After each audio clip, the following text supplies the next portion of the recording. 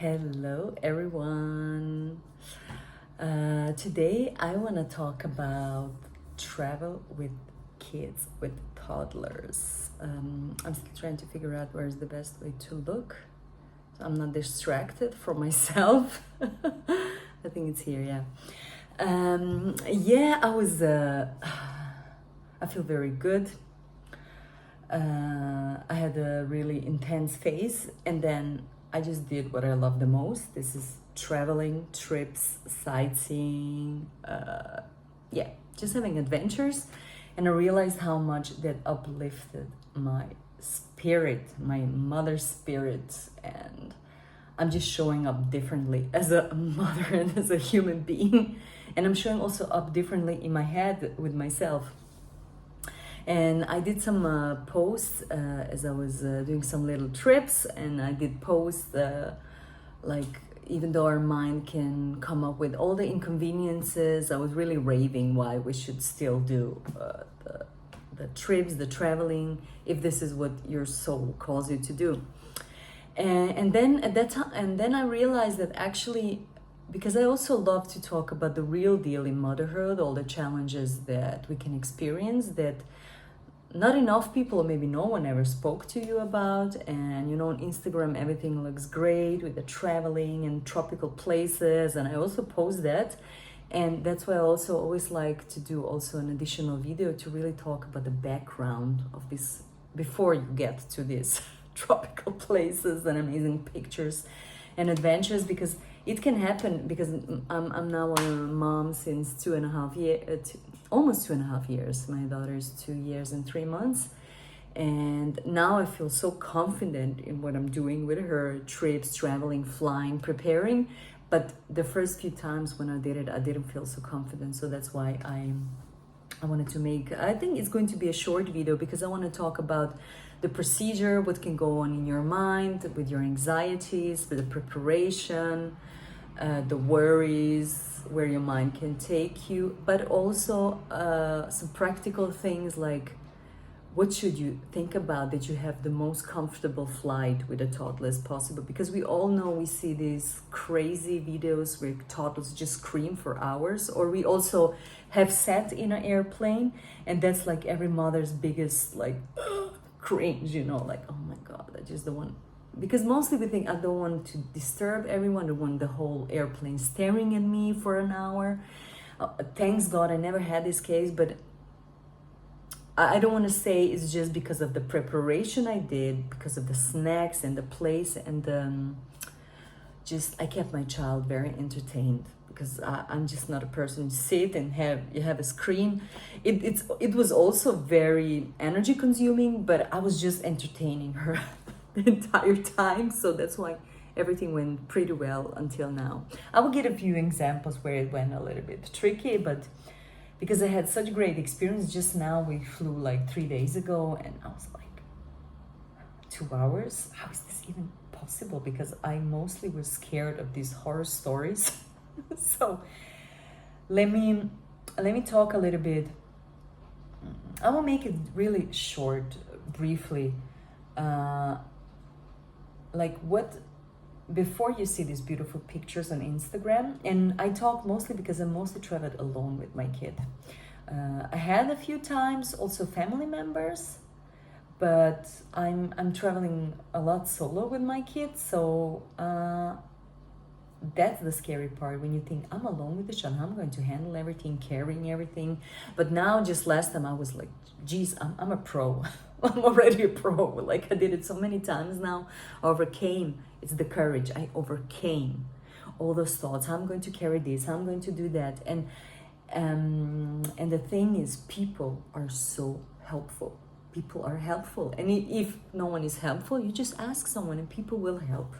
So you're never really alone when you travel with your child. You think, I'm alone, I'm gonna do that. But there's always someone who wants to carry your bag, or who wants to help you get in the airplane, or who just wants to help you entertain your kid for a while. So the thing I wanted to start first, that was my case. I mean, in the beginning of my motherhood journey, I had extreme postpartum anxiety. I didn't expect that. I didn't even know that existed. My thoughts were going nuts.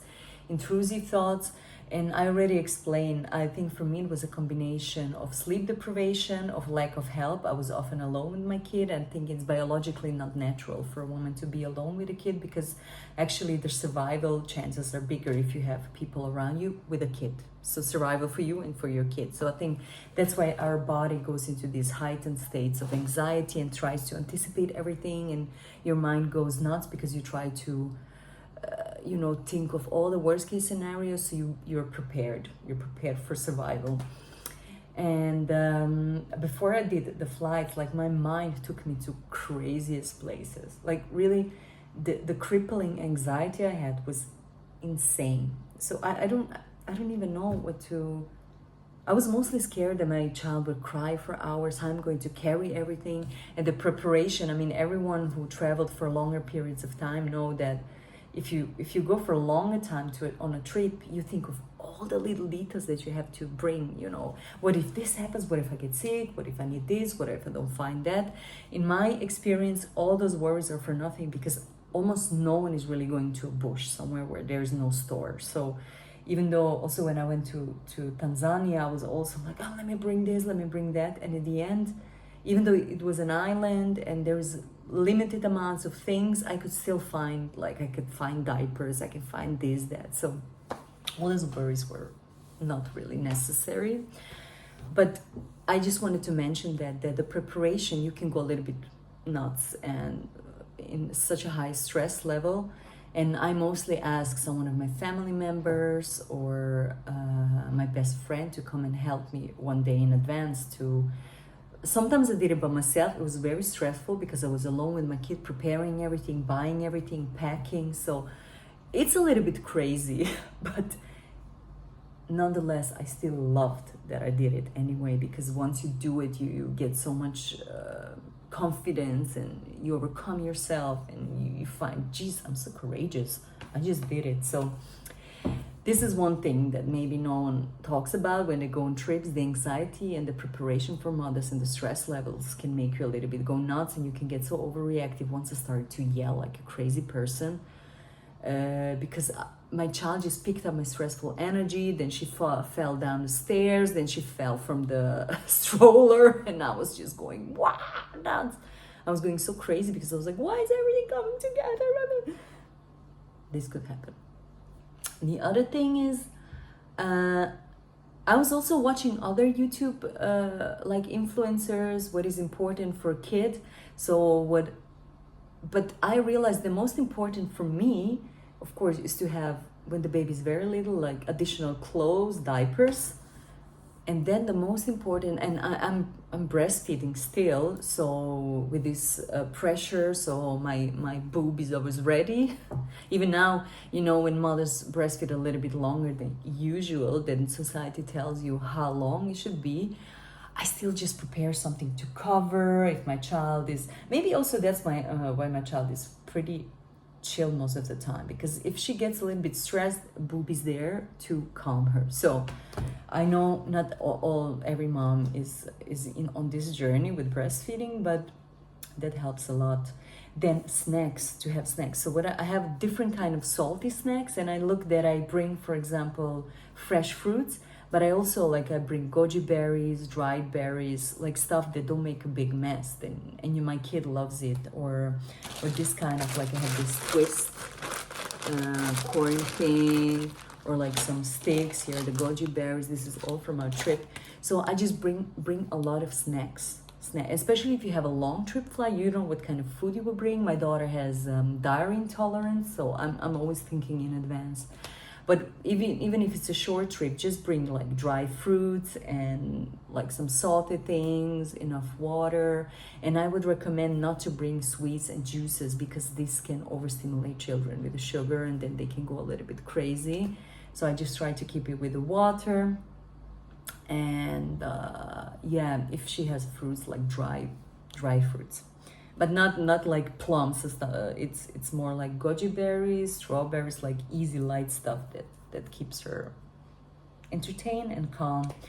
Then toys. I know people prepare screens for the kids.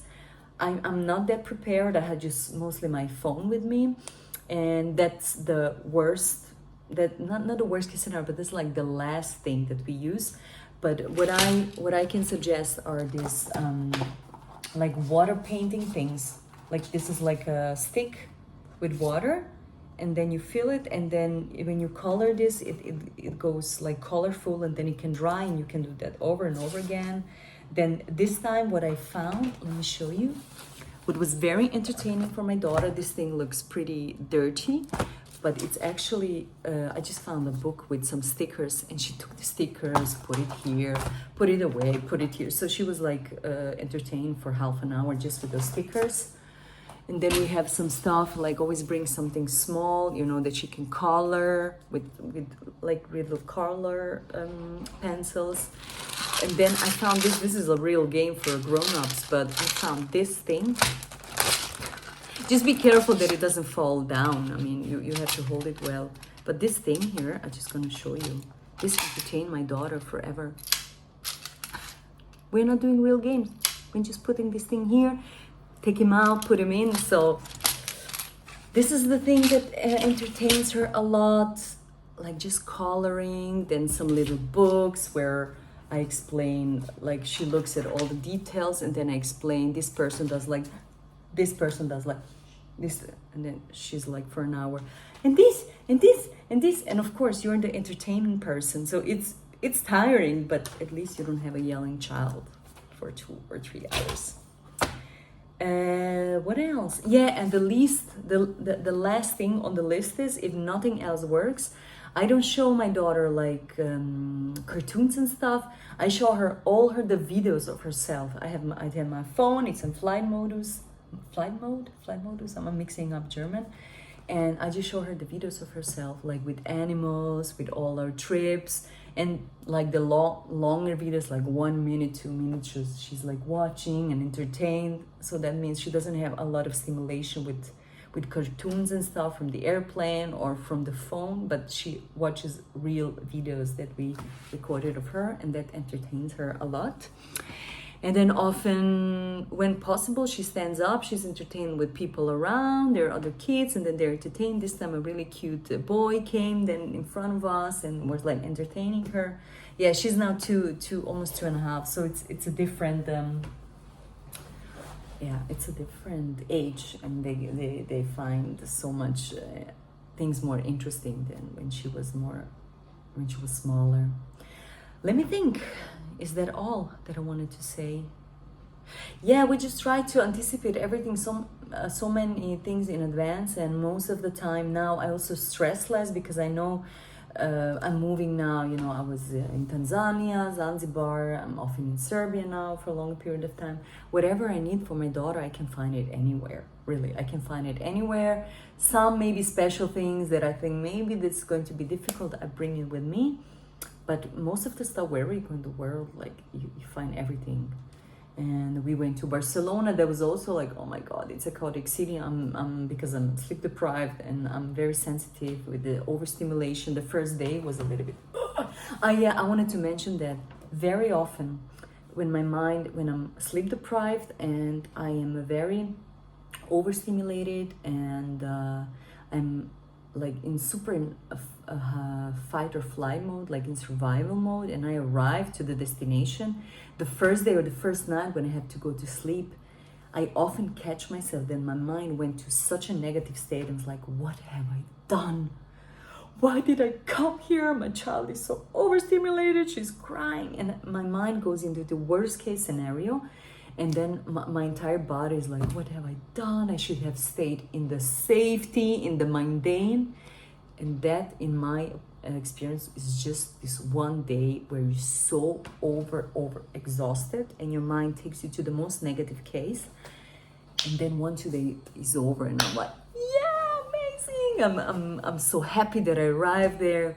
So don't believe everything your mind tells you. And I know that from the experience. Every time I do these trips, my mind comes up with this shit, and then I'm like, what have I done? And then I'm like, oh, okay, maybe wait for the next day.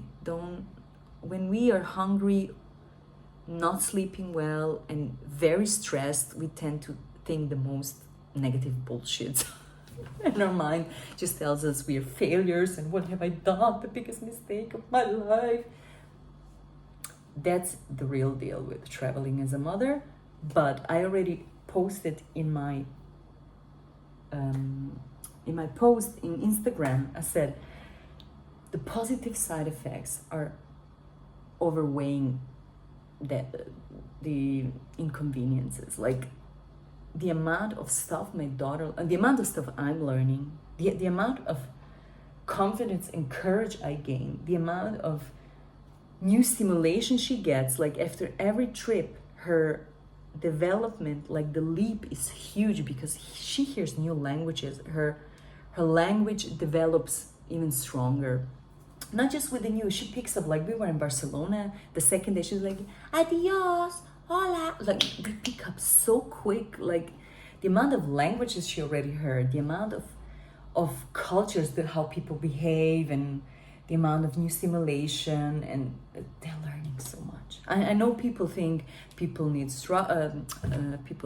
think, and also the advice is kids need structure, kids need predictability. I didn't have like I know that kids can get overstimulated and they need safety, they don't like too much change. Maybe because I love what I do so much, she picks up my energy. I'm just an adventurous type. In all my readings, in my life path number, it just always says travel and adventure for the rest of my life. And I try to even convince myself now, yeah, with a kid, maybe you need this predictability.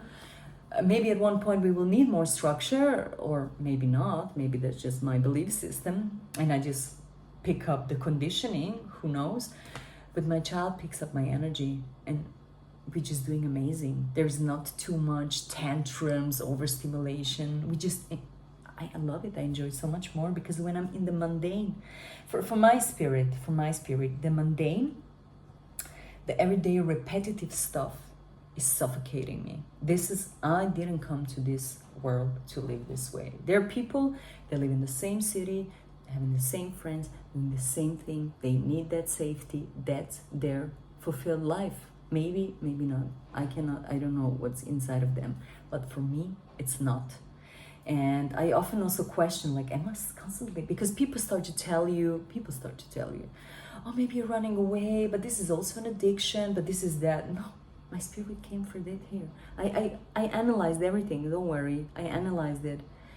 The way I feel within myself is the most important to tell me, am I doing this to fulfill my life path, to fulfill my soul? Am I doing this to run away from something?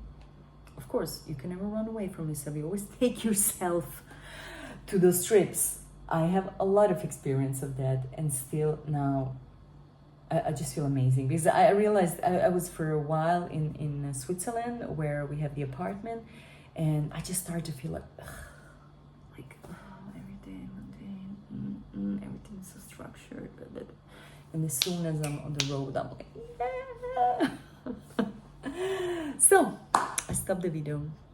I raved enough, so I just wanted to show also a real picture of traveling with a kid as a single mom or as a family. I'm sure if you have your husband, if you're not married and a single mother, because I know many women are married, have a partner, but they still feel like single mothers.